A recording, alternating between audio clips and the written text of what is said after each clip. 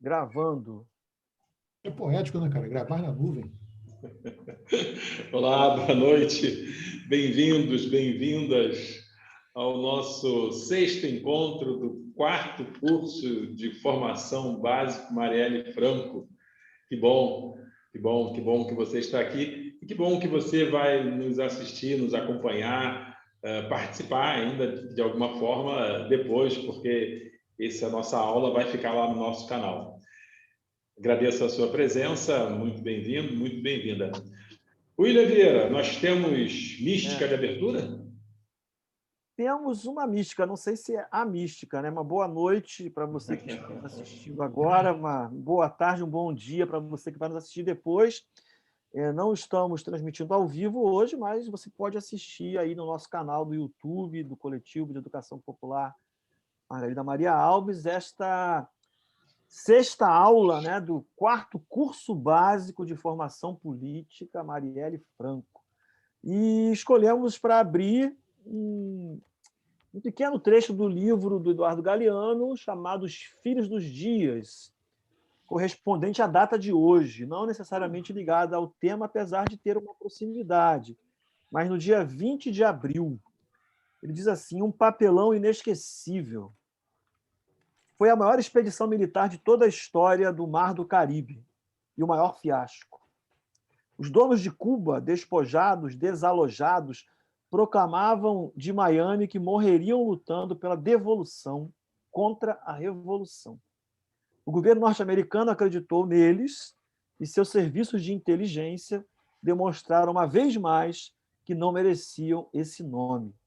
No dia 20 de abril de 1961, 3 dias depois do desembarque na Baía dos Porcos, os heróis armados até os dentes, apoiados por barcos e aviões, se renderam sem lutar. Então é com essa pequena história, né, pequeno trecho da história, que nós queremos abrir a nossa sexta aula, que tem hoje duas ilustres personalidades, né? A professora Márcia Roque e o professor Paulo Gomes Coutinho. Prata da casa. Prata da casa. Tive a honra e a alegria de dividir, né, os bancos, lecionar ao lado de ambos. Não que eles foram meus professores, poderiam ter sido, mas lecionei ao lado de ambos e foi uma honra. Por isso, eles estão aqui também, né? É uma honra estar aqui. Vamos aproveitar. Muito bem. Valesca vai controlar o nosso tempo. 20 minutos, 25 minutos para cada um. Como é que vocês pensaram? Só para a Valesca poder... São quantos minutos no total? Total 40, vai? Já são 19, 20. 30, Márcia, 10, Paulo. Vocês que sabem, às 20 horas vocês encerram, não é? Esse tema é fundamental, pessoal. Nós temos insistido, talvez valesse a pena pensar num curso só com esse tema. Entender a formação do pensamento social, político e econômico do Brasil é fundamental se nós quisermos entender este país na perspectiva de transformá-lo. Excelente aula para todos nós. Obrigado, Márcia. Vamos lá, Paulo. Valeu, um beijo para vocês dois. Começa, Márcia. Boa noite, minha gente. Nós somos prata da casa e, por isso, a gente ficou com uma tarefa hercúlea, que é tratar de um período histórico gigantesco. Isso é, assim, didaticamente impossível. Então, a gente já começa perguntando para todo mundo que está aí, que eu nem sei quantas pessoas são, é esquisito esse negócio, né? Eu, que sou analógica, não funciono bem com essas coisas assim tecnológicas. E é esquisito falar para mim. Então, é um período muito extenso da nossa história e a gente precisa fazer recortes. É claro que, quando a gente está lá na academia, a gente aprende que toda pessoa que se debruça sobre a tarefa de produzir história, ela vai ter um olhar específico, ela vai ter muito dela naquilo que ela se debruça. Então, os cortes que nós fizemos, eles expressam nossa forma de ver esse processo ao longo do tempo. Já que a gente não tem como tratar de tudo, a gente pensou algumas coisas que nos parece que nos são caras. Então, para bagunçar o coreto, a gente gostaria de saber que palavras ou conceitos vocês que estão aí consideram que servem para nos identificar, para dizer que povo é esse, que gente é essa. E eu não sei como é que o esquema vai funcionar, mas a ideia, a primeira ideia lá atrás, é que a gente conseguisse assim umas imagens de uma forjaria, porque essa é uma palavra que a gente tem usado costumeiramente. Então, nós fomos forjados. E o que é ser forjado? Então, para quem conhece o processo, o metal, na sua forma bruta, ele é aquecido de uma forma bastante agressiva e aquilo que é sólido se liquidifica e recebe uma forma nova. Então, que palavras são postas nessa forja e que nos constituem de maneira tão assim, lá por dentro? Alguém aí, como é que a gente vai fazer, Paulo? Linda. Saber. Oi? As pessoas vão falando e eu vou anotando aqui. Depois a gente vai fazendo um apanhado. Vou fazer o muro aqui no meu caderno. Então, tá. Já tem alguma palavrinha aí que nos constitui? Alguém já se manifestou?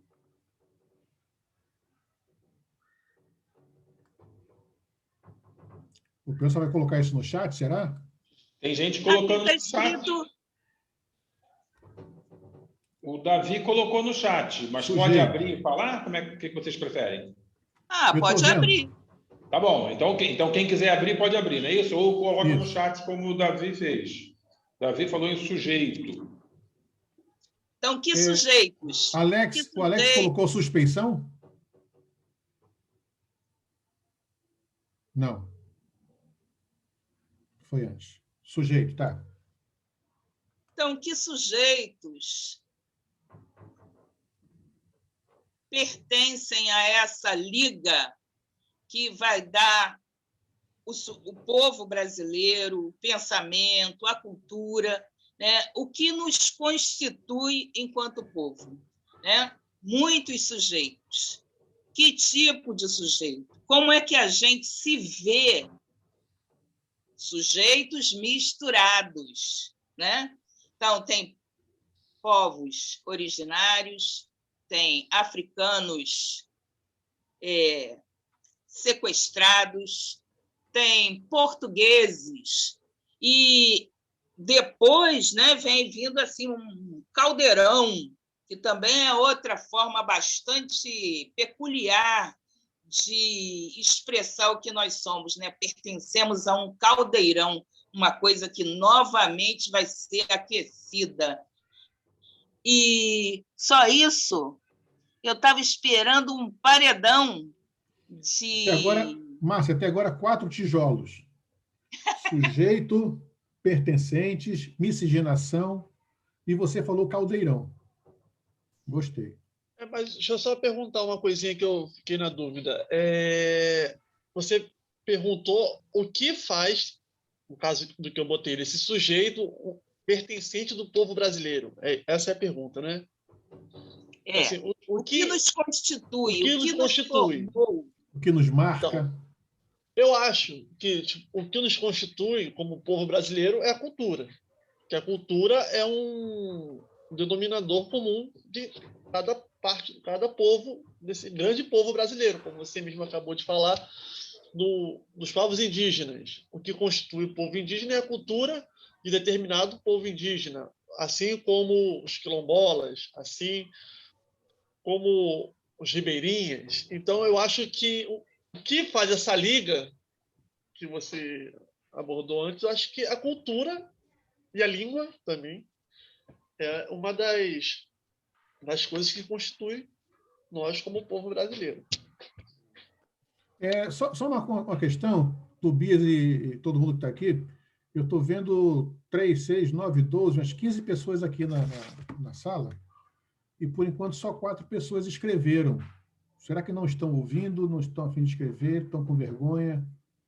Eu estou pedindo para fazer uma solicitação. Por favor, por gentileza, escrevam ou falem, como o Davi se colocou aqui. Porque isso faz parte da dinâmica que a gente pensou e para dar essa liga, para fazer referência ao metal que a Márcia disse. Beleza. Excluídos. Márcia, você quer ir comentando à medida que as pessoas vão escrevendo? Repetida. Oi? Então, olha, nós, nesse processo de constituição do povo brasileiro, reconhecemos que as culturas nos constituem, né, dos povos originários, quilombolas e europeus, de uma maneira geral. E eu perdi essa frase aí. Alguém pode repetir, que eu não vi?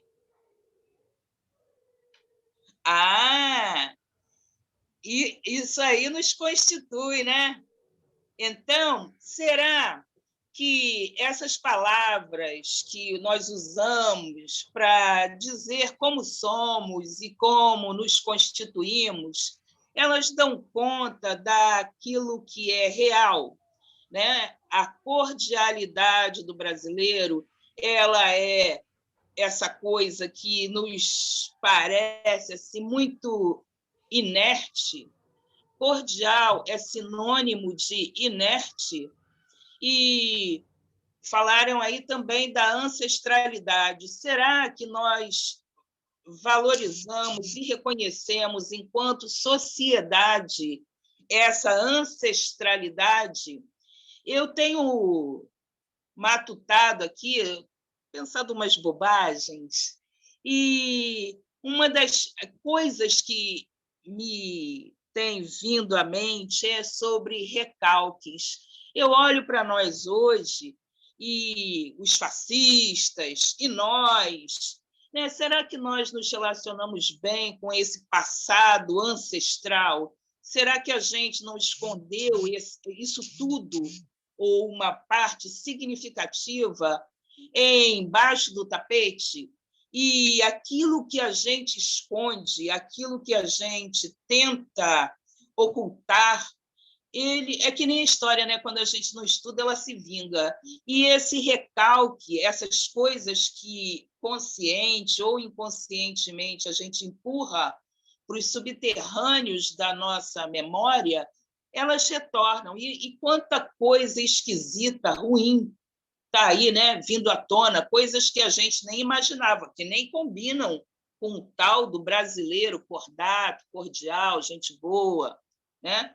Então, com o objetivo de refletir sobre isso tudo que nos constitui, é que a gente precisa olhar para esse passado de uma forma crítica sempre, mas também buscando reconhecer que isso tudo tem valor. Nem sempre aquilo que nos constitui, né, como a cultura, que é uma cultura belíssima, que a gente, né, tem coisas assim para aplaudir de pé o tempo inteiro, né, mas como a cultura maltratada, a cultura popular, qual é a régua que nós, enquanto sociedade, né, não este grupo, mas a sociedade de maneira geral, qual é o parâmetro cultural que ela usa quando ela vai se referir à cultura popular? né? Se a gente observa ao longo do tempo, aquela cultura produzida pelo povo era sempre caso de polícia, e continua sendo, né? Na questão do funk, por exemplo, agora virou uma coisa cult, né? Cult, mas nem sempre foi tratada dessa forma. O samba e outras manifestações culturais estão perseguidas ao longo desse processo. Então, nessa história toda, a gente pode dizer que o povo brasileiro ele é passivo. Será que a forma como nós esperamos uma reação ou uma ação, ela não tem parâmetros que não condizem com a nossa característica? Então, são essas coisas que a gente precisa pensar.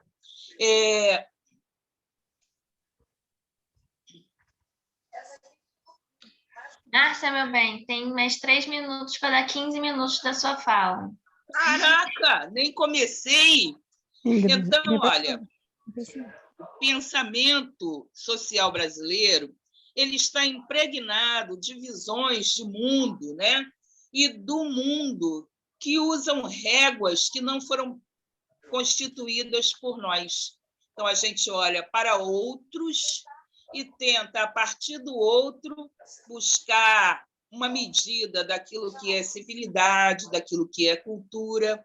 E essa régua ela é muito injusta com tudo aquilo que nós somos.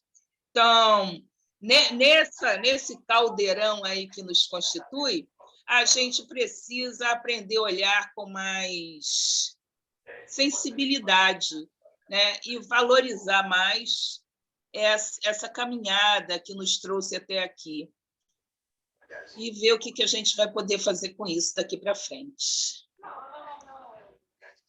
Eu não falei nada. Paulo. Paulo e Cláudio. Sou eu agora? Gente. Eu esqueci de falar do... Eu falei do recalque? Falou. Eu esqueci. Mas pode falar mais, pode falar de novo. Não, dessas coisas que... falei das coisas que escondemos debaixo do tapete lá do nosso inconsciente, mas que eles retornam e dão nessa tragédia toda que está aí. Tem um livro, se não me engano, não sei se é do Freud ou do Erich Fromm, que fala da volta do recalcado. Que é um não negócio estou te sério, ouvindo, não. Não?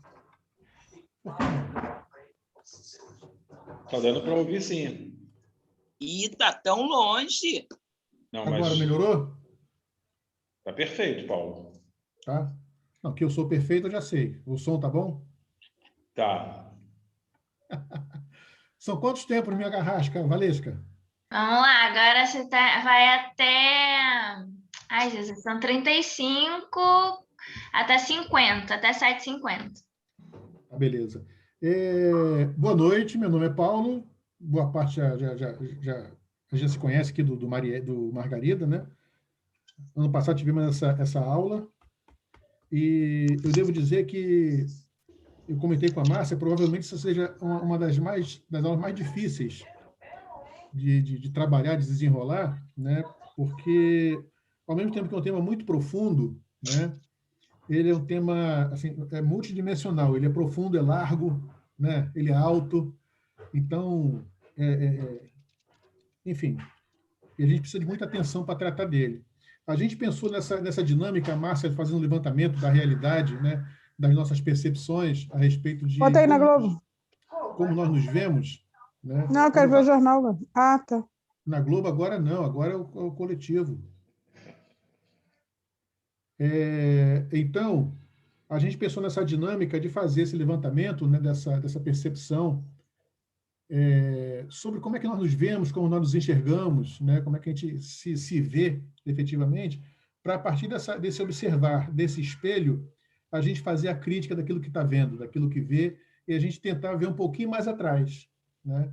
Ver as raízes dessa percepção ou dessas percepções. Interessante que o Davi colocou essa questão da cultura, da língua, né? E eu fiquei e me remeteu à música do Caetano Veloso, né? Da língua mátria e não da língua pátria, né? E a gente, quando observa a cultura da gente e observa essa língua oficial, a gente vê que é uma língua imposta, né? Que é uma língua absolutamente estrangeira e que é colocada por uma régua estranha, né? Uma régua que por sua estranheza e pelo formato de ser colocado, foi violenta, né? Mas, enfim, mas a gente resiste e tenta fazer de outra forma. Eu achei bacana que a gente fala sobre pertencimento, sobre língua, sobre exclusão, sobre ancestralidade, sobre diferenças, né?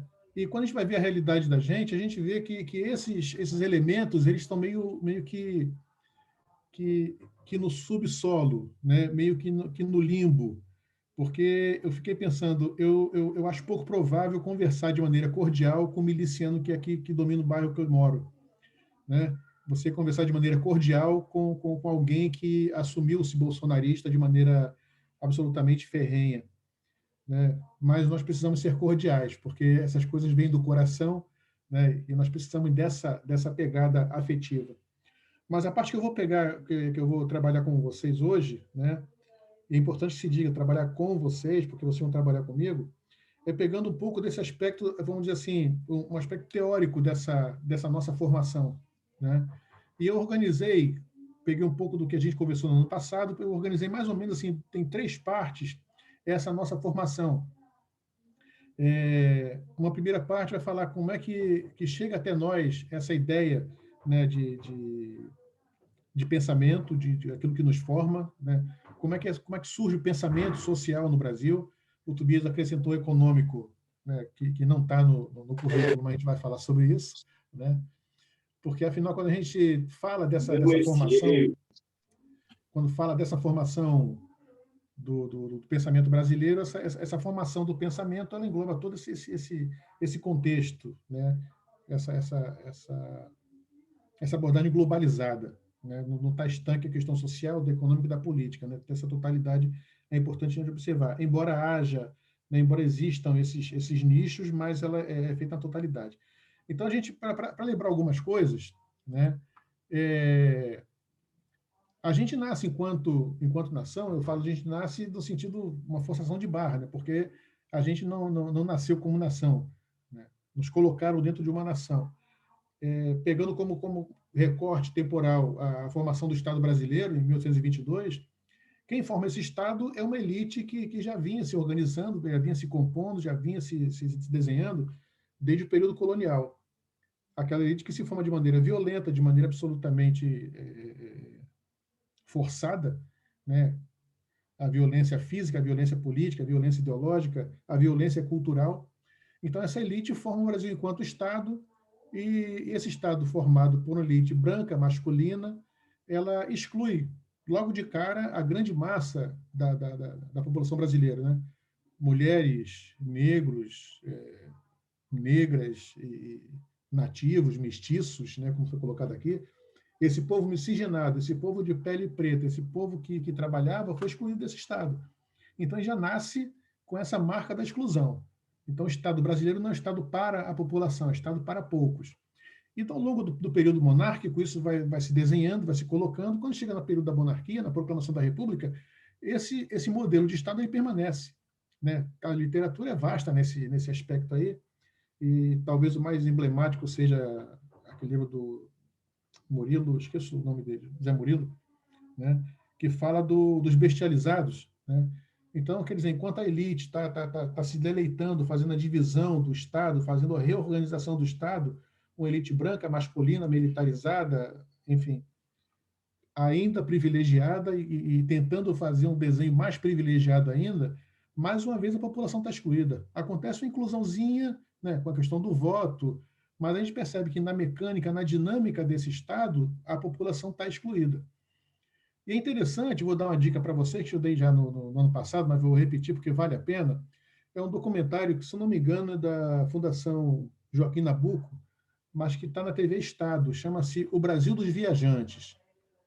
assistam ao episódio 4 e preste atenção a partir do minuto 40, que as pessoas que estão colocando ali, vou repetir devagar, o Brasil dos Viajantes, da TV Senado, o episódio 4, a partir do minuto 40.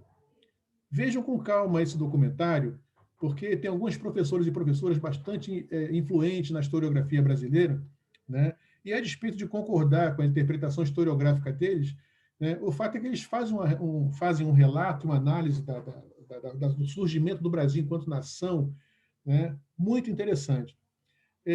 Sendo bastante curto, para poder a gente ganhar tempo nas análises, né, o que é colocado ali naquele documentário é que o Brasil nasce a partir de uma instituição, nasce enquanto concepção, enquanto percepção, né, enquanto modelo de pensamento, né, nasce dentro do IHGB, Instituto Histórico e Geográfico Brasileiro, formado por homens brancos, da elite, intelectuais, urbanos, né, e que, a partir dali, pensam como o Brasil será. E fazem um concurso, né, para poder ter uma história do Brasil, porque até então não tinha nenhum registro. Para ter ideia, a Carta de Pero Vaz Caminha, ela chega a público dessa elite no século XIX.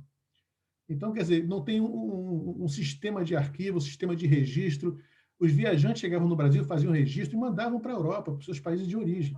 Não ficava nada, praticamente, aqui no Brasil. Dessa forma, o IHGB, o Instituto Histórico e Geográfico Brasileiro, faz um concurso. Quem vence o concurso para escrever a história do Brasil é o holandês, é o Von Martius. E o Von Martius fala assim, olha, para entender o Brasil, é preciso ter acesso à história, à formação, à dinâmica dos brancos, dos negros e dos nativos. Cara, quando esse livro, esse documento chega na mão IHGB, o cara fala assim, você está maluco? Você está louco? Como é que a gente vai valorizar essa galera, esse povo que não é povo, que é escravizado? Como é que a gente vai dar voz, como é que a gente vai protagonizar ou dar protagonismo para essa galera que não é gente, que é povo escravizado, que não é gente, que é indígena? Dessa forma, os caras reescrevem, reinventam uma história para o Brasil. Então, a gente vê que o processo de exclusão, o processo de a não aceitação de a gente enquanto povo, isso está na gênese desse Estado. As pessoas que pensam o Brasil, que estudam o Brasil, que constroem o Brasil ideologicamente, é uma galera que nos nega. E vai ser essa negação a nossa marca.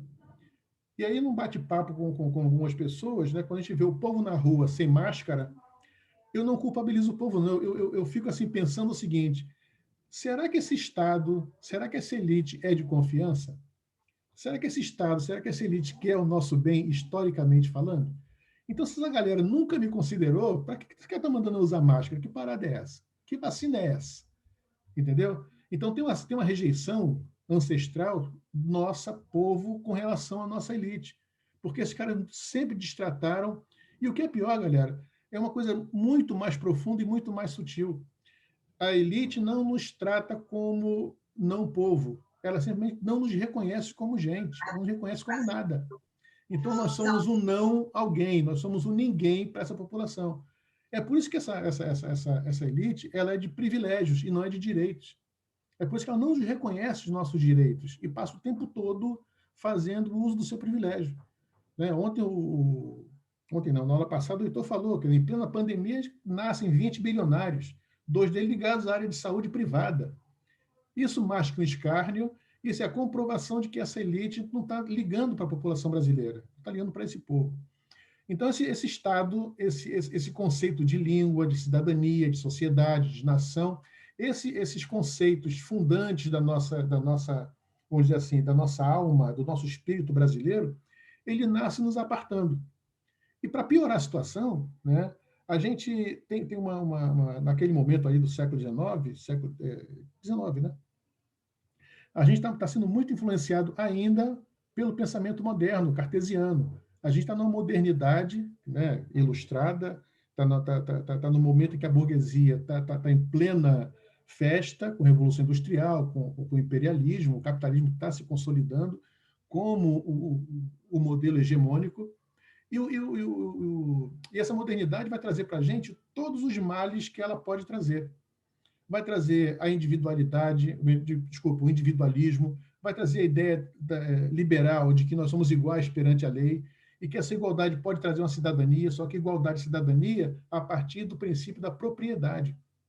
Ela vai colocar para a gente a ideia de que o cidadão é o sujeito que tem, é o sujeito de posse, é o sujeito que tem a propriedade. E a gente sabe que na sociedade escravocrática, a gente estava vivenciando e saindo, quem é que tem a propriedade e quem não tem.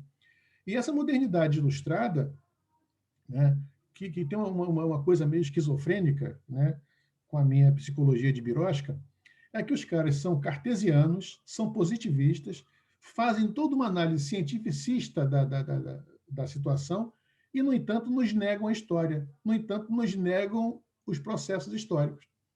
Então, você vê que esse pensamento moderno, esse pensamento cartesiano, ele vai chegar para a gente, né, justificando a sociedade burguesa capitalista a partir de conceitos cientificistas ou bases cientificistas. No entanto, nos negam a análise histórica. Ou seja, vai trabalhar em cima da naturalização. Então, os processos são naturalizados, no entanto, a explicação, desculpe, a explicação e a sustentação desse pensamento vai ser na base do positivismo, do cientificismo. E assim, a gente vai vendo os filhotes, vamos dizer assim, né, desse pensamento moderno. O racismo, o patriarcalismo, o patrimonialismo, esse elitismo acadêmico que falam deles para eles mesmos o tempo todo. Então, é isso que vai forjar, né, o nosso pensamento.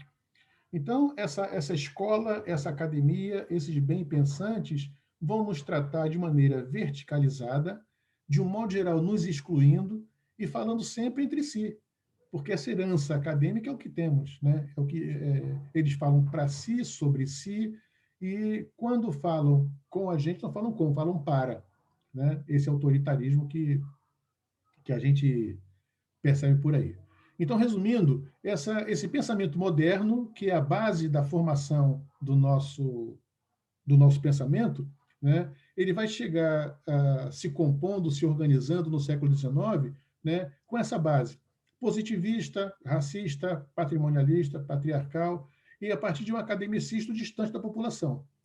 Ou seja, todo esse caldo não vai explicar ou não vai fazer desculpa, ele não vai fazer uma leitura do povo brasileiro, vai fazer uma leitura para o povo brasileiro. Não fará uma leitura do Brasil, vai fazer uma leitura da elite privilegiada a respeito de como será o Brasil. Então, a gente percebe que essa apartação, que essa divisão, ela vai jogar por terra uma coisa muito séria e vai começar a ter um processo, vamos chamar de apartação e dicotomia. Porque a gente vai ter um Estado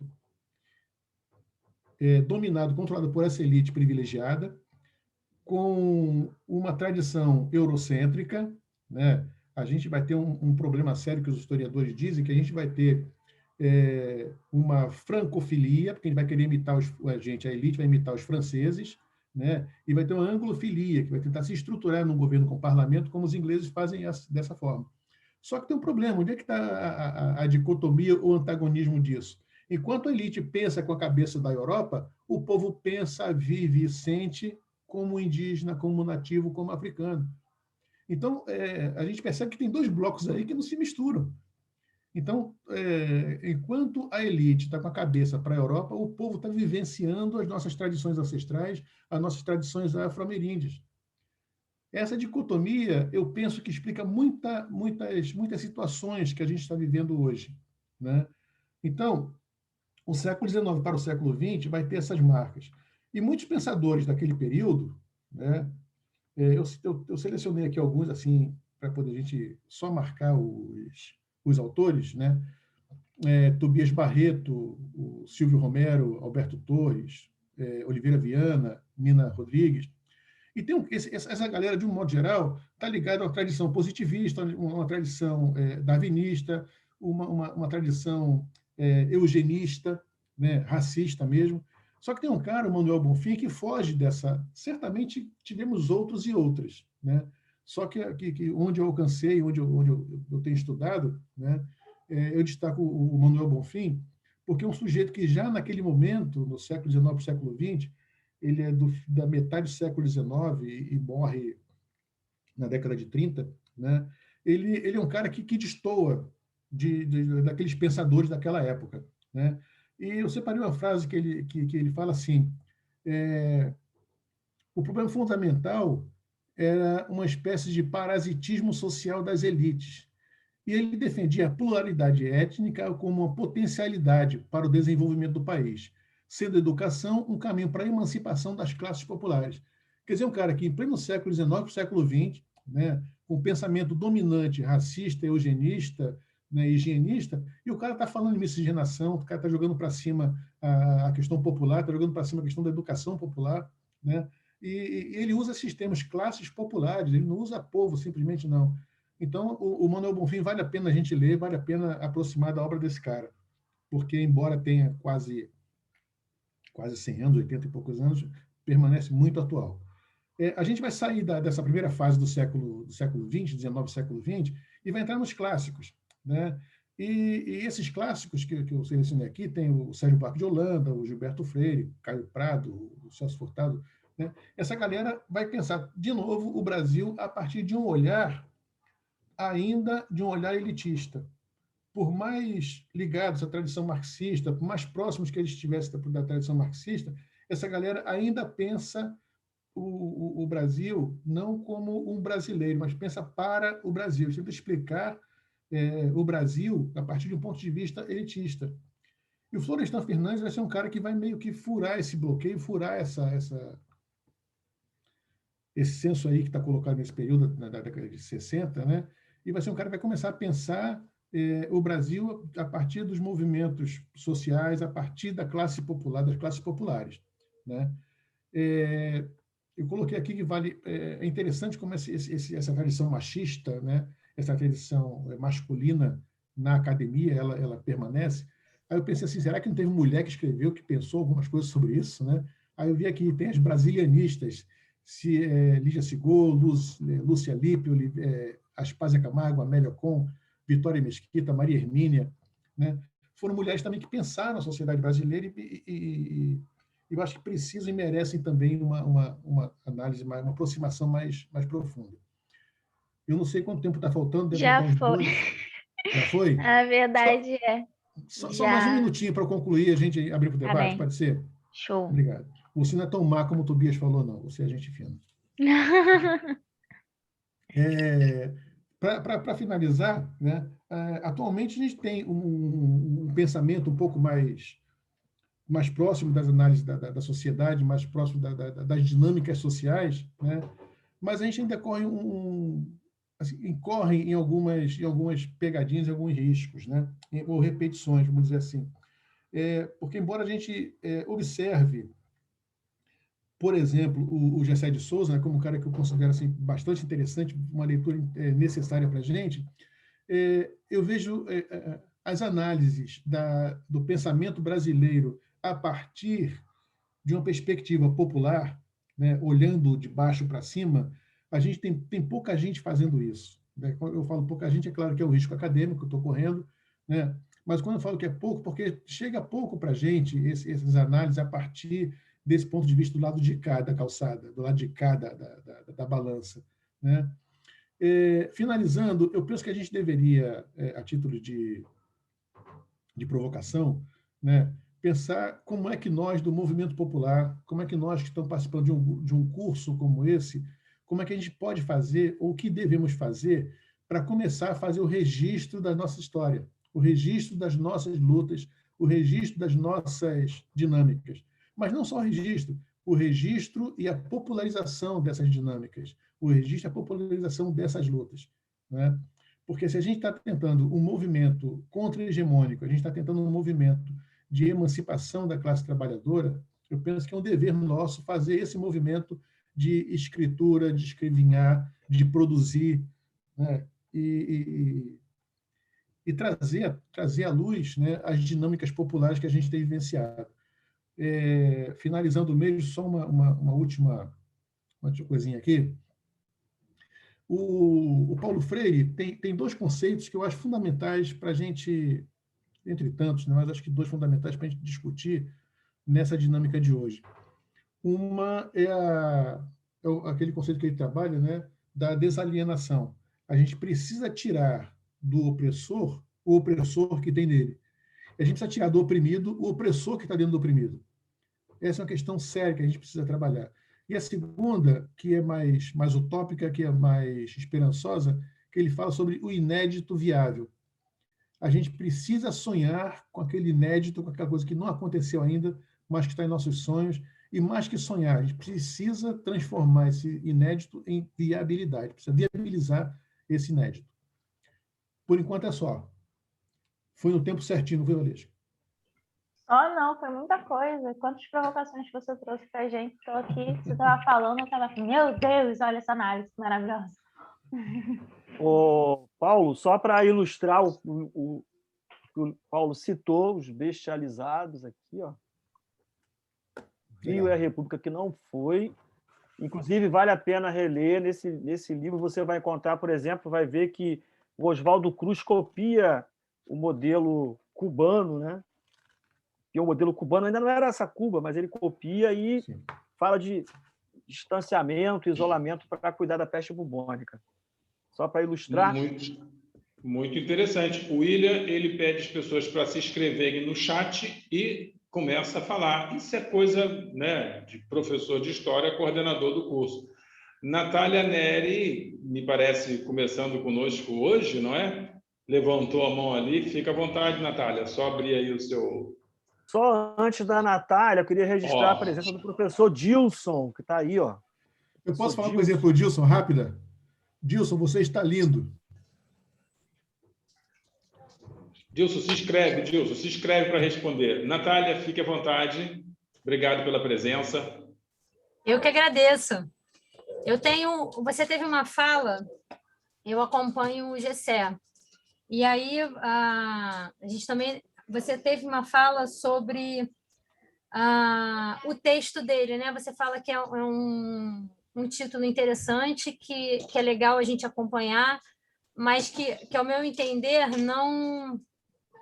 ainda não abrange todo mundo, não é um autor tão conhecido. E aí trazendo para uma questão atual até da taxação dos livros, não acha que essa questão ainda que na última década, né, a gente teve um avanço importante na educação brasileira, você não acha também ainda que esse acesso aos livros, o acesso à cultura, uma educação bastante sucateada ainda, não acha que isso também interfere um pouco? Vamos fazer um bloco, tá, Paulo? Tá, Márcia? Obrigado, Natália. Como a Márcia começou, a Márcia começa a responder. Ok, vamos fazer um bloco. Eu estou inscrito, quem quiser se inscrever, ou como nós somos poucos, talvez não precisa nem se inscrever no chat, pode abrir direto o vídeo, né? Paulo e Márcia, qual é a diferença fundamental? Aliás, Paulo, Márcia, William, Natália, parece que é professora também de história, do Tony, tem um monte de gente aqui para responder, né? Qual é a diferença fundamental quando a gente vai olhar aí, a partir daquilo que você colocou, a formação do pensamento social e político brasileiro para a formação do pensamento social e político dos nossos países irmãos e irmãs aqui, dos nossos irmãos e irmãs da América Latina? Quais são os fatos históricos que fizeram com que sejamos, de certa forma, tão diferentes? Acho que isso ajuda a pensar também bastante, né? Muito bem, está aberto ainda aí, ninguém está se inscrevendo. É só abrir o vídeo e o áudio. Paulo e Márcia, se ninguém se inscreve, fique à vontade. Não, eu não me inscrevi, não, mas como não tem ninguém inscrito, tem uma questão para o Paulo e para a Márcia, se der tempo, né, se der para eles falarem um pouquinho, né, um pouco o papel dos militares nesse processo, né, de formação aí, social e política brasileira. Eu acho que é um tema, é um ponto que eu gostaria que eles falassem um pouquinho sobre isso.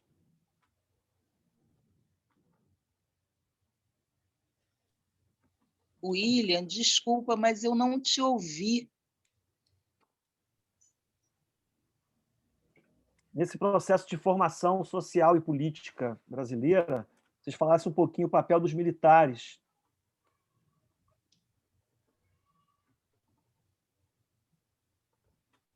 Vamos lá, Paulo e Márcia, com vocês.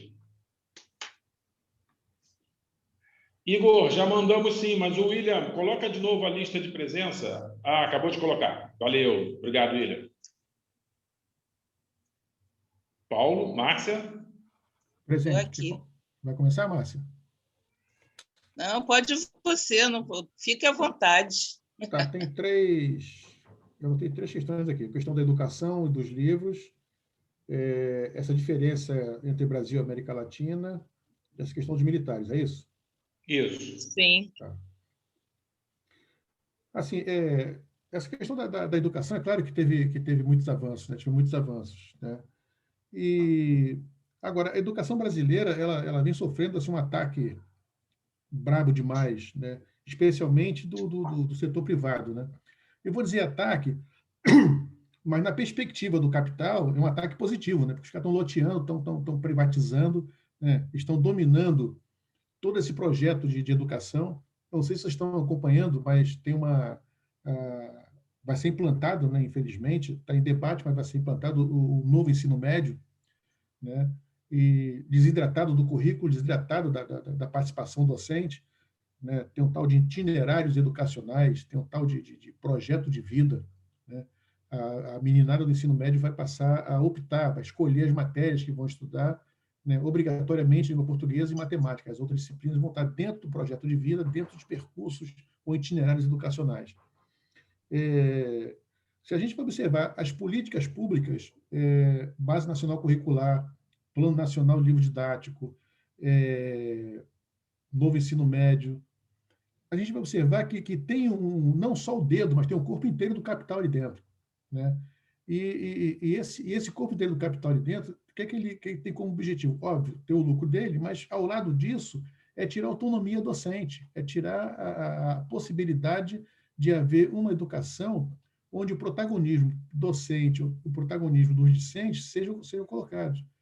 Então, se a gente tem avanços na questão educacional, né, por exemplo, essa política do PNLD, Programa Nacional de Livro Didático, é uma política que envolve grana pra caramba, é dinheiro que não acaba mais, né? É muita grana envolvida ali. Se, por um lado, a gente consegue ter o livro didático, que nem sempre é aquele que a gente acha mais interessante, né? Porém, o livro didático é uma das poucas oportunidades que muitos brasileiros têm de ter livro em casa, né? Quer dizer, o livro didático, ele é acessado, vai para casa, vira um livro distante, você vai ler aquele livro ali. Por outro lado, a política que envolve, a política que está por trás disso, é uma coisa absolutamente covarde. Objetivamente, essa questão da taxação dos livros é uma coisa absurda, né? Inominável. Agora, a educação tem um papel central nisso. Não só a educação, as pessoas envolvidas na educação, principalmente, nós educadores e educadoras, né? E tem uma questão que é muito séria, que estão tentando transformar a educação, né, em atividade essencial, né? Esse nome bacana de atividade essencial, na verdade, é para nos transformar em uma categoria que não pode fazer greve, que não pode paralisar, que tem que trabalhar o tempo todo, tem que estar dentro da escola o tempo todo, entendeu? Então, transformar em atividade essencial é quase nos colocar sem sindicato, é quase nos colocar no nível funcional dos policiais, dos bombeiros, né? Que as pessoas não podem ter associação, não podem ter sindicato, não podem ter atividade sindical, uma série de coisas. Então, a educação é importante, né? Agora, eu penso que outras políticas públicas deveriam ser também tão importantes quanto pleno emprego, acabar com a fome, né? Essas coisas que estão ligadas. Mas eu reconheço, a educação teve um avanço muito grande por obra de nós, sujeitos da educação. Não sei se Márcio quer falar sobre essa questão da formação do Brasil. Sobre a questão da cultura, né? Essa dificuldade de acesso ao livro e a outras manifestações culturais, ela proíbe, né? Ela impede o acesso. Então, se o cara não tem dinheiro para pagar, você não precisa proibir, né? A limitação, quem impõe, é a falta do recurso. Então, eles resolvem muitas coisas, né, com essa tributação e com a dificuldade de acesso que temos todos nós à produção cultural de uma maneira geral.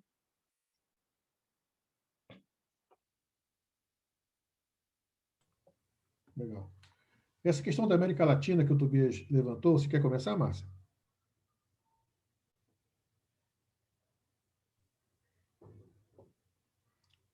Alô? Márcia?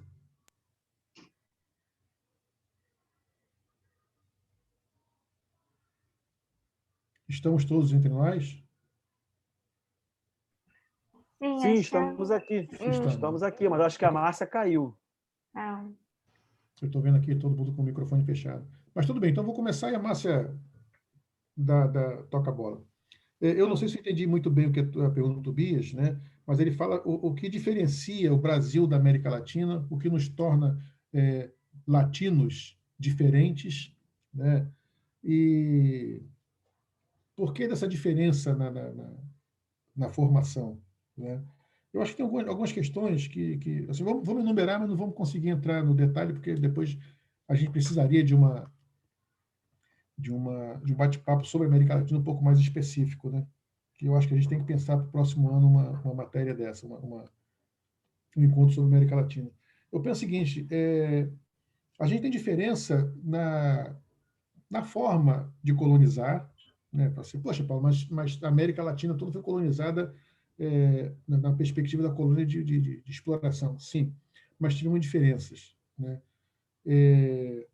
O latifúndio, o trabalho escravizado de maneira absurdamente covarde.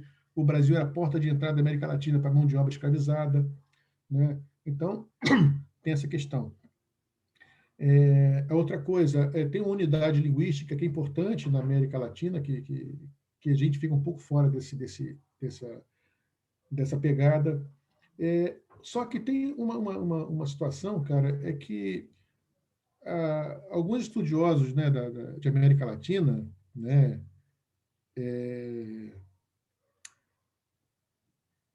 aquele cara, o Aníbal Quirrano, tem aquele outro, o Mariátegui, né, e tem um cara também aqui do Uruguai, que eu esqueci o nome dele agora.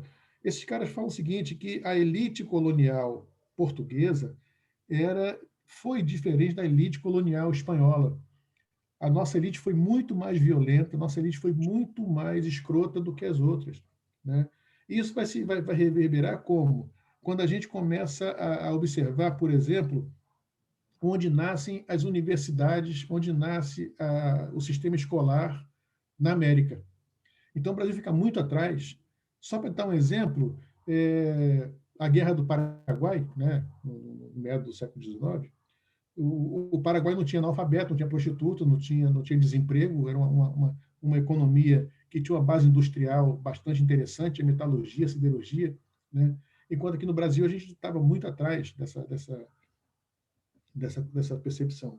E uma outra coisa é que esses estudiosos falam o seguinte, que a academia brasileira, o sistema escolar brasileiro, e particularmente essa elite acadêmica brasileira, né, ela esteve muito mais voltada para os interesses externos do que para o interesse interno. Embora a elite latino-americana tenha sido uma elite escrota, mas uma elite muito mais voltada para dentro do que para fora. Era escrota para dentro, não era escrota para fora. Dessa forma, o que acontece? O acesso à escolarização, o acesso à informação foi muito mais disseminado na América espanhola que na América portuguesa. Eu não estou falando isso de educação, escolarização popularizada, não. Estou falando de acesso, tá legal? Então, a gente tem muito mais biblioteca, tem muito mais escola, muito mais universidade na América espanhola que na América portuguesa.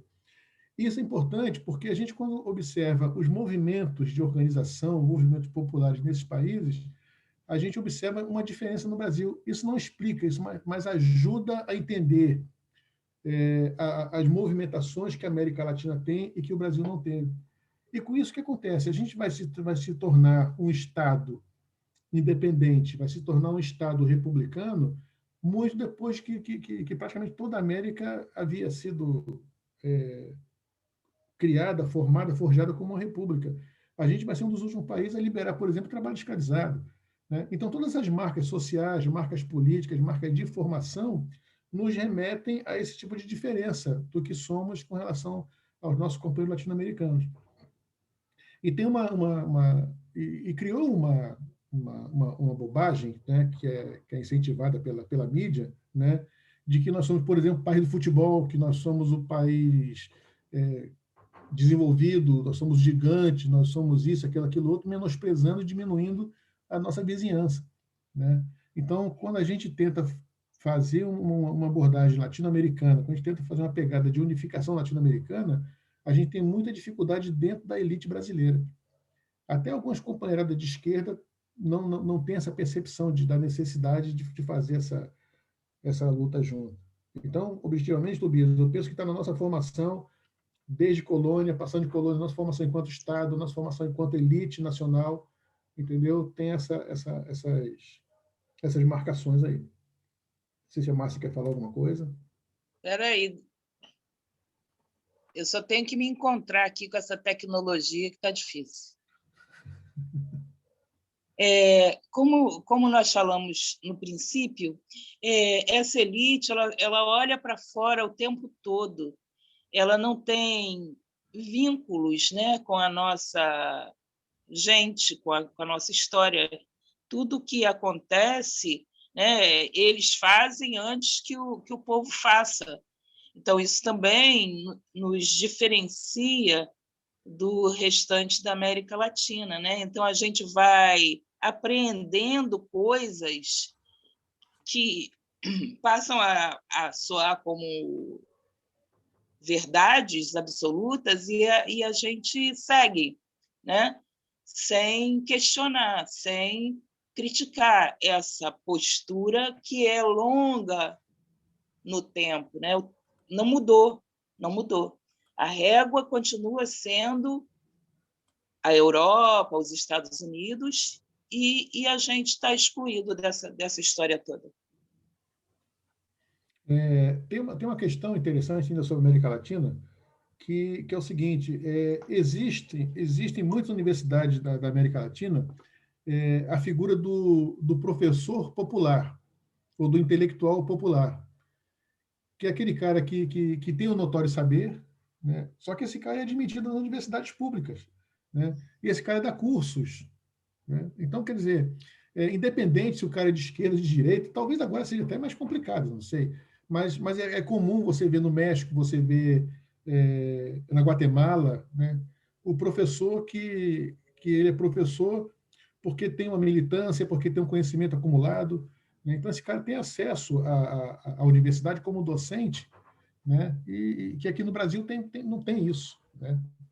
Então, isso marca para a gente como é que a universidade, como é que a academia é aberta nesses países de tradição espanhola e não aqui no nosso Brasil. Isso é só um exemplo.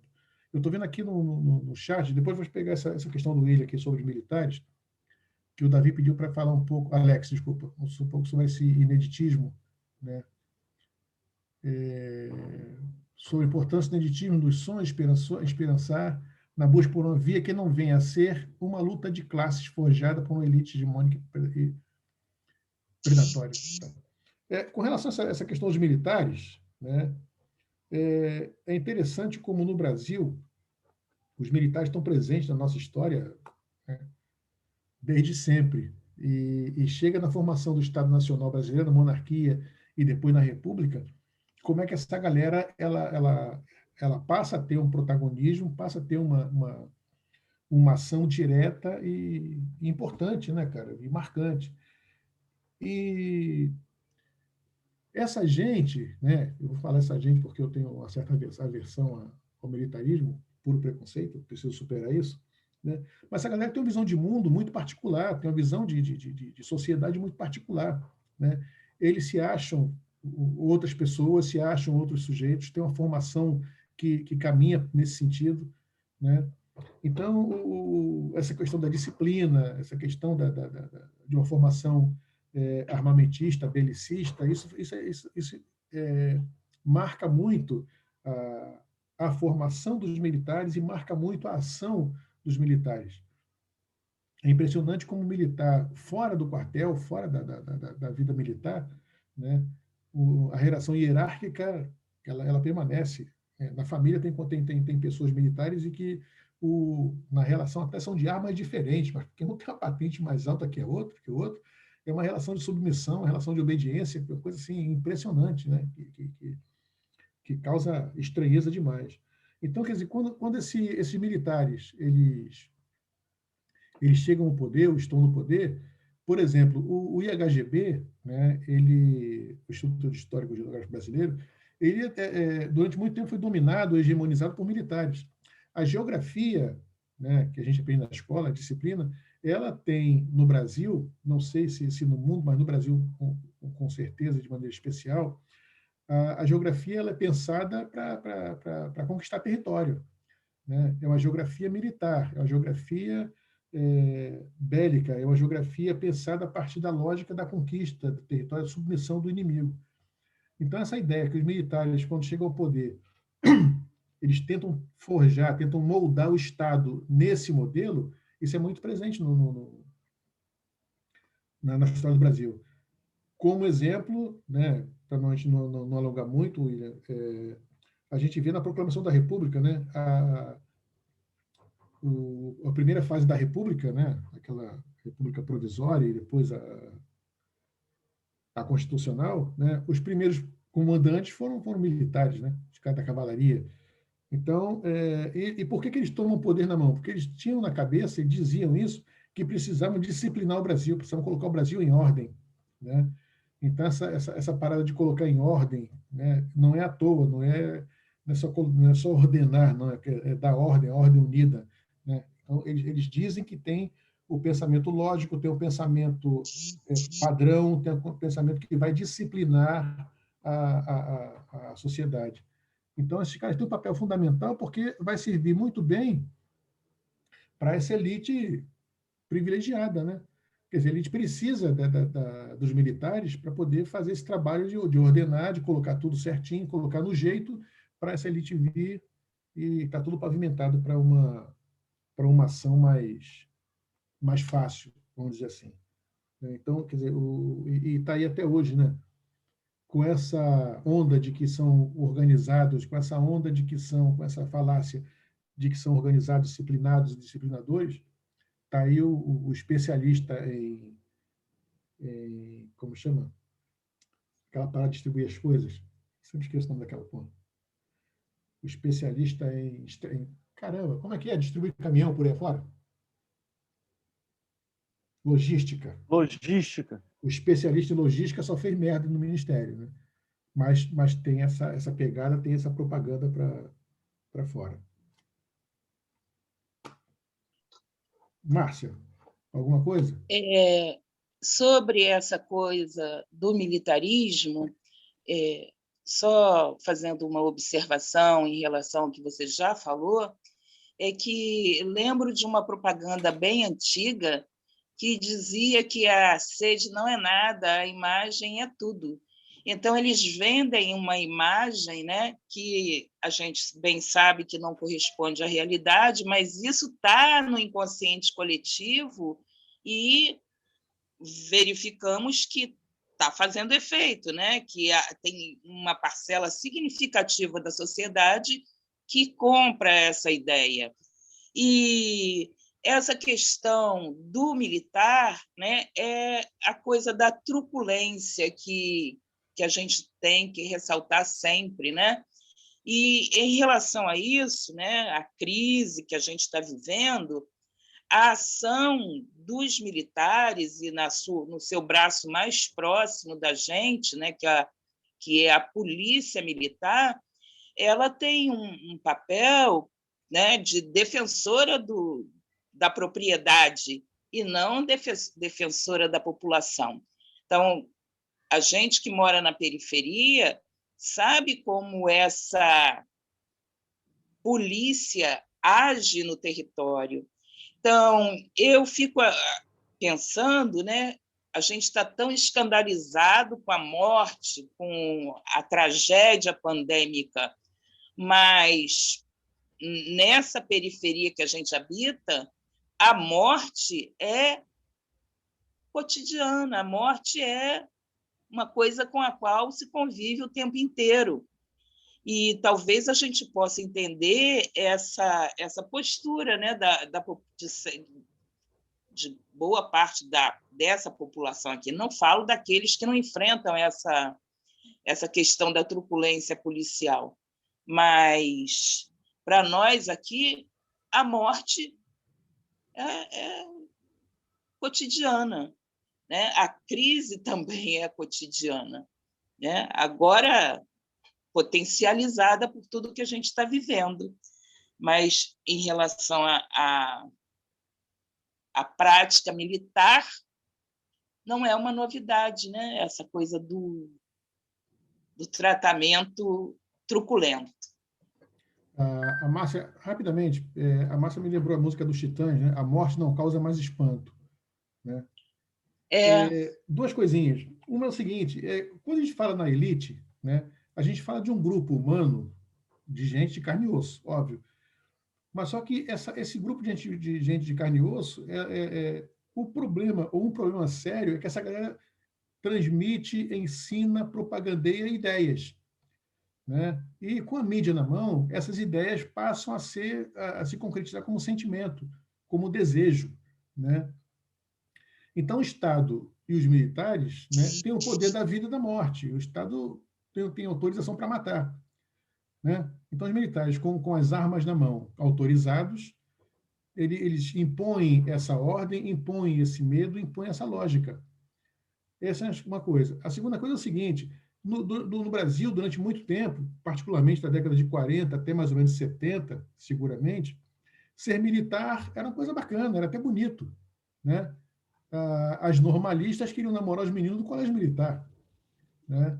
E era status, de fato, status econômico, status social.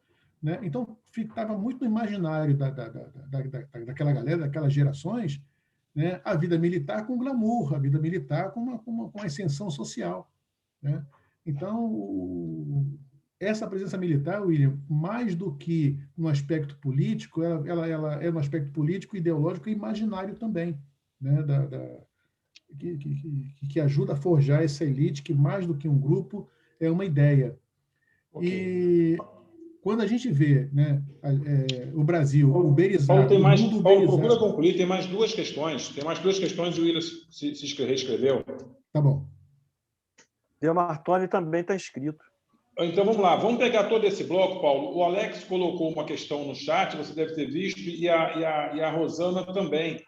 Né? E aí, em seguida, se escreveu o William e o Dermatoli. A minha sugestão, Alex e Rosana, vocês poderiam abrir e falarem, para não precisar ler aqui, e aí, em seguida, o William e o Tony também fazem as questões deles e vocês concluem. Pode ser, Paulo e Márcia?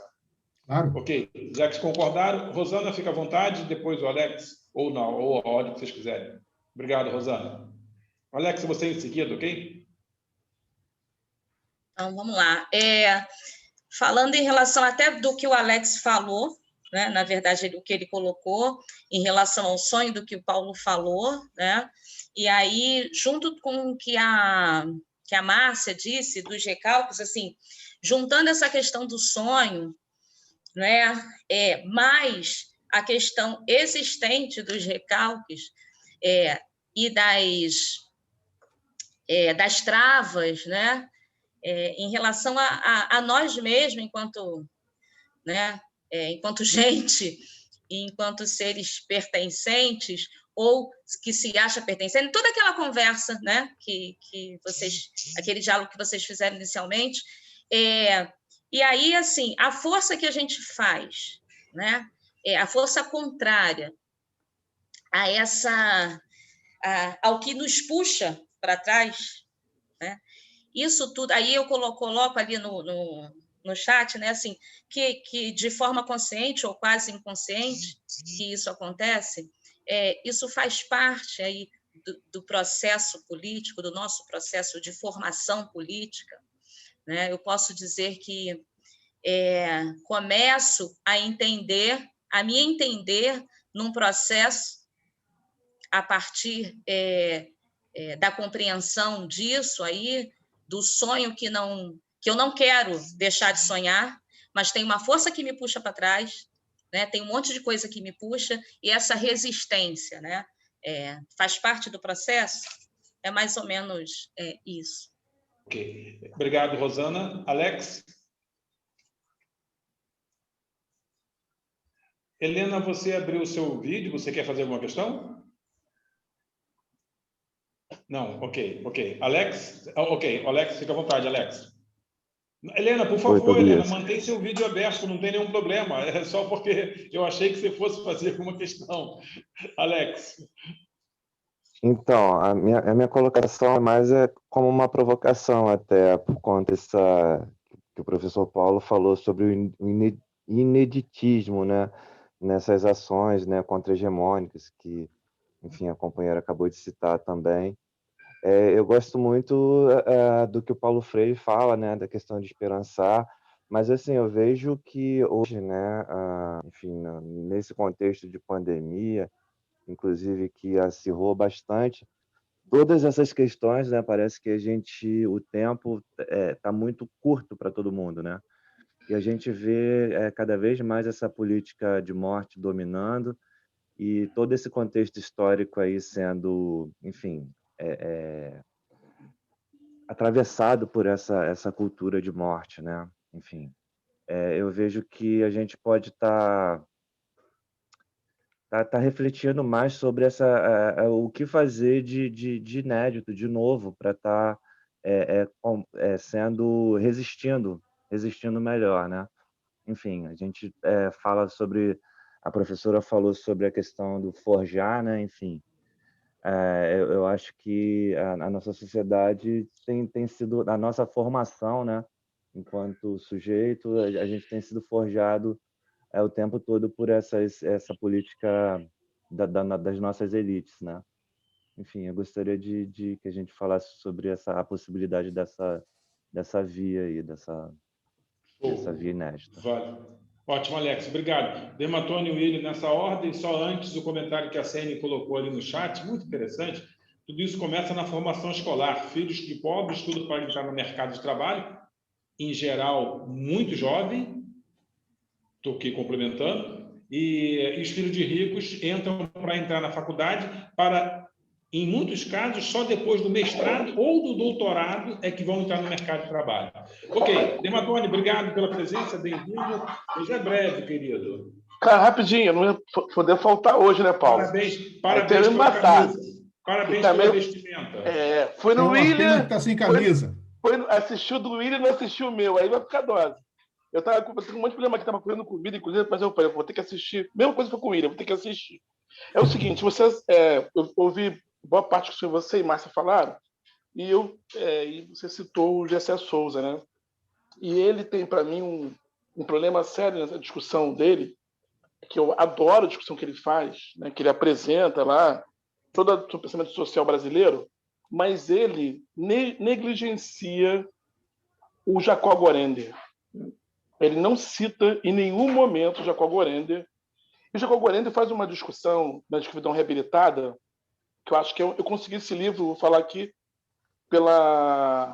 a Perseu Abramo editou de novo esse livro em 2016, que eu fiquei 10 anos para comprar esse livro, porque ele saiu de catálogo e virou uma fortuna. Lembra que eu falei para o Paulo, eu falei para o William sobre isso uma vez, vocês? E eu consegui comprar de novo. E nesse livro, agora, assim, no prefácio, tem um prefácio lá do Rio Grande do Sul. Ai, meu Deus do céu. Poxa, o outro historiador do Rio Grande do Sul, que é ai, meu Deus. Ele me deu aula na Santa Úrsula, maluco. Que só que eu me esqueci o nome agora dele. Daqui a pouco eu te lembro. Não. É o... O velho. Só se pegasse o livro. Mas nem tá na minha boca, não está saindo. Mas tudo bem. Mas nesse livro, a discussão que ele coloca é o seguinte. Que ele faz uma crítica à historiografia que faz a apologia, o acordo entre o escravo e o patrão, né? Aí aquele escravo de ganho, aquele tipo de escravo de ganho, tipo de escravo camponês, a brecha camponesa, e a Kátia Matoso como um grande lance desse, né? E essa ideia que é o seguinte, esse acordo promove o seguinte, o escravo agora ele é um cooperador do sistema escravista. Ele fez o acordo, ele está dentro da lógica. E qual é a crítica que o Corene está colocando aí, que nesse texto ele mostra, Mário Maestre, mostra categoricamente, que é a esquerda brasileira, onde, se o escravo lá atrás fez o acordo com o patrão, com o senhor, o escravista, nós podemos fazer o acordo com a burguesia, nós podemos fazer o acordo com o capital, para tentar fazer os avanços mínimos, né? E nisso aí pode ver que a própria esquerda congolesa tinha um problema sobre isso, que ele não aceitava essa perspectiva, né? E nós estamos com esse dilema de novo, né? Agora, frente ao Bolsonaro, né? E eu queria que vocês, você e Paulo e Márcio, pensassem sobre isso, assim, rapidamente. Isso aqui é uma discussão muito ampla, mas como é que fica essa discussão, né? Quer dizer, dentro do pensamento social brasileiro, da historiografia, essa perspectiva que nos coloca uma análise onde a classe trabalhadora ela tem que ser aliancista, ela tem que fazer o acordo para tentar sobrevivência ou para tentar estar no sistema. Muito bom. William, você concluiu o bloco, a gente passa para a Márcia, lembrando que já são 8h33. Grande abraço para o Demartoni. E a pergunta que eu vou fazer, eu acho que eles não vão gostar muito, não. O historiador não gosta muito dessa pergunta que eu vou fazer. Mas como eles são militantes também, são educadores populares, eu tenho que fazer essa questão, né? A gente está vivendo uma situação hoje como talvez nunca vivemos nesse país. Inclusive, no início do ano, nós fizemos, né, o nosso abismo, né, a nossa semana de férias sobre o abismo. E aí os números da pandemia, o negacionismo, o Brasil, que era referência no mundo como o país que mais vacinava, não consegue vacinar, porque o governo não comprou 150 milhões de doses, poderíamos ter em dezembro. E a cereja do bolo, não vamos ter censo. O primeiro censo de 1872. Não vamos ter como saber a realidade do país nos últimos 10 anos, porque o último foi 2010, ou seja, mais de 10 anos. Então, o quadro é caótico, né? O quadro é caótico. E aí vem a questão: como vamos nos recuperar desse abismo? Número 1. Segunda questão: seria um momento, efetivamente, né, de nós da esquerda apresentarmos concretamente um projeto? Temos um projeto? Se não temos, né, está na hora, passou da hora de começarmos a construir um projeto? É isso. Bom, às 6h nós vamos encerrar o nosso encontro, depois dessa pergunta do William, não é? Ou, quem sabe, vamos ter encontros quarta, quinta, sexta, sábado, domingo. O William fez referência ao nosso curso de férias, quarto curso de férias, que aconteceu entre 27 de janeiro a 29 de janeiro, Brasil, Buraco Civilizatório, onde recebemos, entre outros, a figura ilustre do João Pedro Steves, da direção nacional do MST.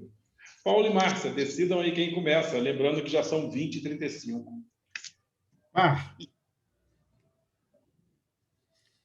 Oi? Começa tu. Pô, que é muita coisa para a gente falar aqui e tal, mas... Bom, vou ver se eu consigo ir pela ordem. A Rosana falando sobre os recalques, as coisas que nos travam. Nós somos pessoas comuns. Como é que a gente vai sair disso, mais ou menos, né? Como é que chega até a gente? Eu penso o seguinte, tentando fazer um link aqui dessas questões, eu penso assim, tem uma historinha rápida da mitologia grega que fala que o mundo estava uma merda danada, aí Zeus olha para cá, vê que está tudo bagunçado, manda Eros. A Eros vem, organiza, volta aí Zeus, está tudo bacana. Só que como está tudo organizado, o povo não adora mais Zeus. Aí Zeus vai e manda Thanatos, ou Thanatos. Aí Thanatos tanatiza tudo, vira uma bagunça. Aí fala, Deus, está tudo bagunçado. Aí fica nesse vai e vem, né? Tentando buscar o equilíbrio. Então, tanatizado e erotizado, tanatizado e erotizado. Eu penso, cara, que a gente está num momento em que estão nos tanatizando, estão fazendo uma propaganda muito bem feita, com fatos da morte. Estão nos colocando contra a parede numa percepção do fim da história de que não tem mais saída. Ou seja, a gente está usando um dos recursos lá de trás, a naturalização da morte, a naturalização da crise, a naturalização do modelo capitalista. Olha, isso é da natureza humana, e não é. Isso é natural que seja dessa maneira. O capitalismo, como disse o Heitor, nem existe. O que existe são essas crises e que nós temos que sair dentro delas. E nos ensinam dessa maneira, e nós aprendemos dessa maneira. Isso está no escopo da formação do pensamento social brasileiro, porque a Sandra falou. Só que o buraco é um pouquinho mais embaixo, Sandra.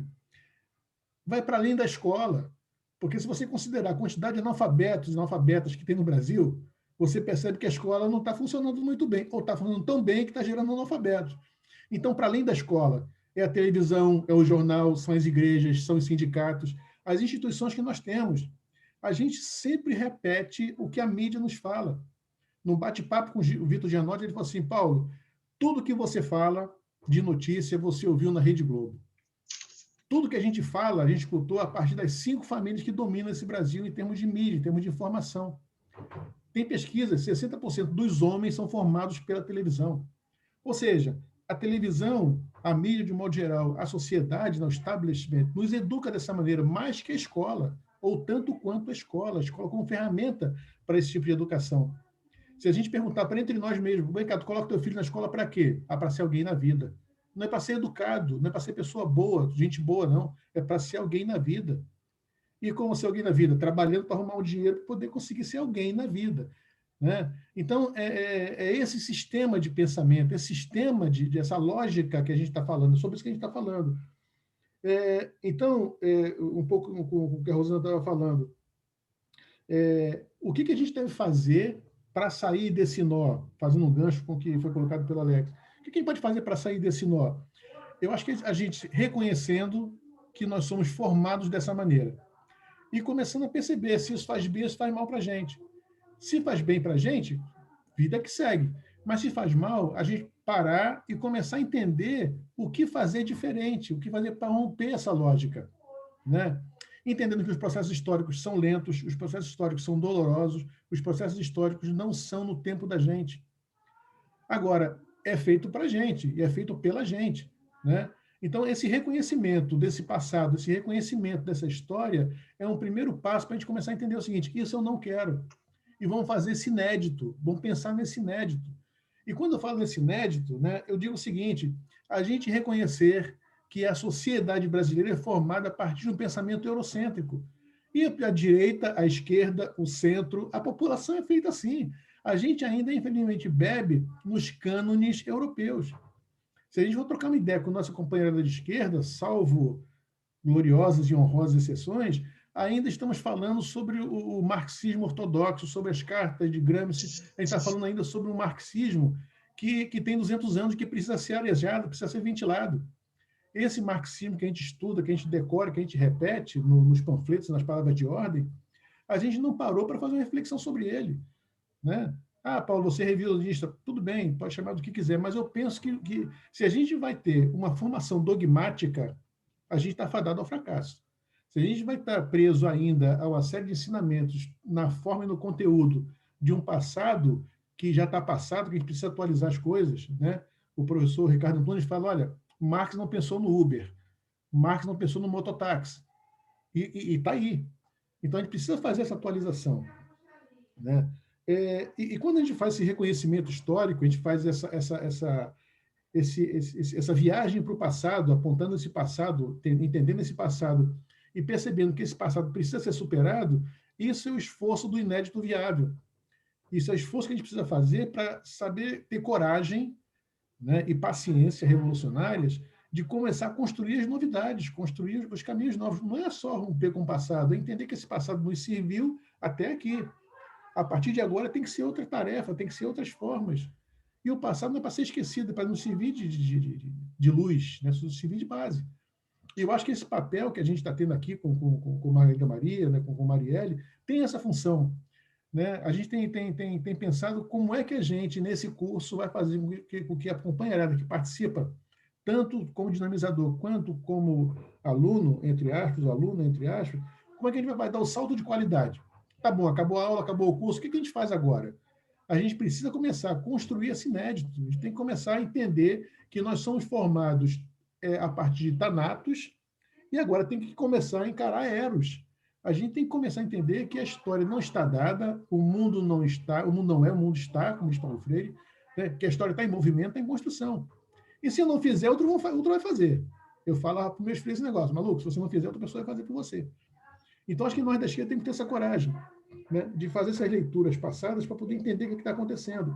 Não só na escola formal, porque pela escola formal, Sani, vai ser isso mesmo, formar mão de obra desqualificada, cada vez menos escola, cada vez menos mão de obra qualificada, né? E a gente vai ficar patinando nesse aspecto aí. Essa parada do Gessé de Souza, do Jacó Goredo, Tony, o que eu vejo é o seguinte, eu tenho minhas dúvidas com essa análise a respeito daquela galera escravizada fazendo acordo com o patrão, né, com o senhor. Porque, lembrando o Zé Ramalho, na tortura toda carne se trai. Então, quem estava tomando porrada sabe o que é tomar porrada. Então, o cara tem que sobreviver. Então, eu não vou condenar o escravo que fez acordo para não morrer. Entendeu? Não vou fazer uma leitura dessa. Eu vou entender que esse cara criou estratégia de sobrevivência para ele e para o grupo dele. Então, o que acontece? Quando a gente lê algumas coisas ligadas ao... Fazendo uma ponte rapidinha, né? Tomar cuidado para não usar um passado para justificar determinadas atitudes presentes, né? Escorregar nesse anacronismo. Agora, não resta dúvida, cara, que os movimentos de transformação não podem prescindir de uma certa camada média. Porque essa camada média que tem acesso à leitura, tem acesso à reflexão, tem acesso à informação, entendeu? Então, como é que você vai fazer? Então, se você chama de adesismo, se chama de entreguismo, coisa parecida, acho que a gente tem que ressignificar essas coisas, entender onde é que nós estamos, né? Então, se lá atrás o escravo ele foi cooptado para colaborar com o escravismo, eu não vejo dessa forma, né? E eu penso que a esquerda, hoje em dia, né, quando a gente lê algumas coisas do Florestan Fernandes fala que em determinados momentos você vai ter que fechar com a pequena burguesia, com a média burguesia, senão você não governa, senão você não consegue determinados ganhos. E se a gente for observar os personagens e os processos revolucionários, né, a classe trabalhadora, historicamente, precisou fazer acordo com a classe média para poder se estabelecer, para poder chegar no governo, para poder chegar no poder, e aí dar o salto. Agora, como é que dá esse salto? Com projeto. O que o William pergunta. Né? Porque não vai adiantar nada a gente estar com o Lula no governo sem projeto popular. O Lula vai fazer o que fez. Né? Não vai adiantar muita coisa você chegar até o poder, não fechar com a burguesia, sem ter um projeto de sustentação. Quem vai sustentar esse governo na rua? Né? Então, o que eu penso é que, para sair desse buraco, a gente vai precisar ter um projeto nosso. Eu tenho conversado com o Tobias, com você também, muitas e muitas vezes, né? A gente não tem um projeto, a esquerda não tem um projeto de Estado. Ou se tem, é um projeto de Estado durante o governo. Então, se a gente não começar a pensar esse projeto de Estado entre nós aqui, nesse curso da gente, né, e começar a popularizar esse debate, a gente vai patinar, vai demorar muito a sair do buraco, vai demorar muito a sair desse abismo, de galgar essa parede do abismo. Você quer ver uma coisa? A gente papou mosca, está papando mosca com relação ao plano diretor da cidade. Né? E é o plano diretor da cidade, não é o Estado, não é a América Latina, não é a Revolução Internacionalista, não. A gente papou mosca no plano diretor da cidade. Então, quer dizer, e por que isso? Né? Porque não está organizado. Por que isso? Porque a gente não entende o nosso passado. Por que isso? Porque a gente não estuda o nosso passado numa perspectiva de inédito viável. É o que eu penso. Não sei se a Márcia quer falar alguma coisa aí. Já respondeu tudo, achei ótimo. Eu queria só fazer uma observação. A luta nos constitui. E a gente tem uma urgência capitalista, né? E ela não combina com o que a gente observa no processo de vida dos trabalhadores, né? De vida e de luta. A minha mãe, que me antecedeu, né? Ela lutou a vida inteira por coisas que ela acreditava. Ela morreu e não viu isso se concretizar.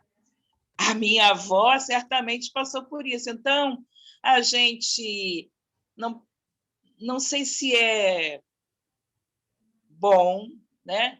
Psicologicamente bom, a gente ter essa urgência. A gente quer, mas a gente tem que ter consciência de que a gente vai plantar jabuticabeira e que talvez a gente não colhe os frutos. E faz parte, e está tudo certo, mas a gente não pode ficar parado, né? Eu gosto da palavra renitente, então é uma luta renitente, essa que nós temos que travar. Ela é permanente, mesmo que a gente alcance algumas coisas, ela não para. E talvez seja esse o problema, né? Que a gente achou que, quando o Lula foi eleito, as coisas estariam resolvidas, e não estavam, né? E não foram resolvidas. A luta é contínua. A gente não pode achar, né, que vai ser assim, ó, chegou o paraíso terrestre. Não vai rolar. Então, o que eu, assim, fazendo já uma consideração final, é que a gente tem que inventar, né, como o Paulo usou aí a palavra bonita, o inédito viável. O inédito viável. Então, o que é para nós agora possível fazer, né? E tentar encontrar alguma alegria, porque se a gente ficar muito deprê, né, não vai rolar também. A gente tem que encontrar um tubo para respirar, encontrar motivos. Só isso. Eu me inscrevi. Márcia, depois, para os mais jovens, a gente vai explicar o que a Márcia quis dizer com um tubo para respirar, não é? Talvez os mais jovens... Quem é o mais jovem aqui? Não sei. Tu?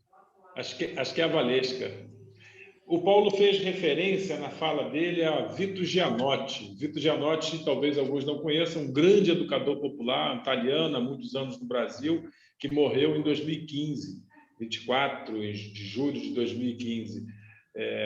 Nós certamente, em julho, deveremos fazer, não é, Paulo? Aproveitando a sua lembrança, fazer uma referência, uma homenagem ao grande legado do Vito Gianotti. Que bom, precisamos encerrar. William Vieira e Valesca Tardim. Valesca? O Paulo pediu a palavra. Ai, eu não quero. Ele não quer, não. O Paulo pediu a palavra, eu só queria fazer o registro que o Demartoni colocou aqui da condenação do policial que assassinou o George Floyd, né?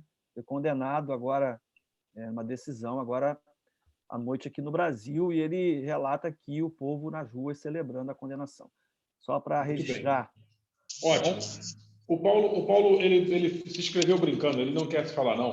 Eu queria de novo registrar a presença do Dilson Vieira. Quem aqui nessa sala não conhece, Dilson, ele é diretor do SIMPRO, Sindicato dos Professores da Rede Privada, e o Coletivo de Educação Popular Margarida Maria Alves deve e muito à figura do Dilson, a figura de todos os diretores e diretoras, como a da Andréia, por exemplo, lá de Campo Grande, ou aqui de Campo Grande, se preferirem.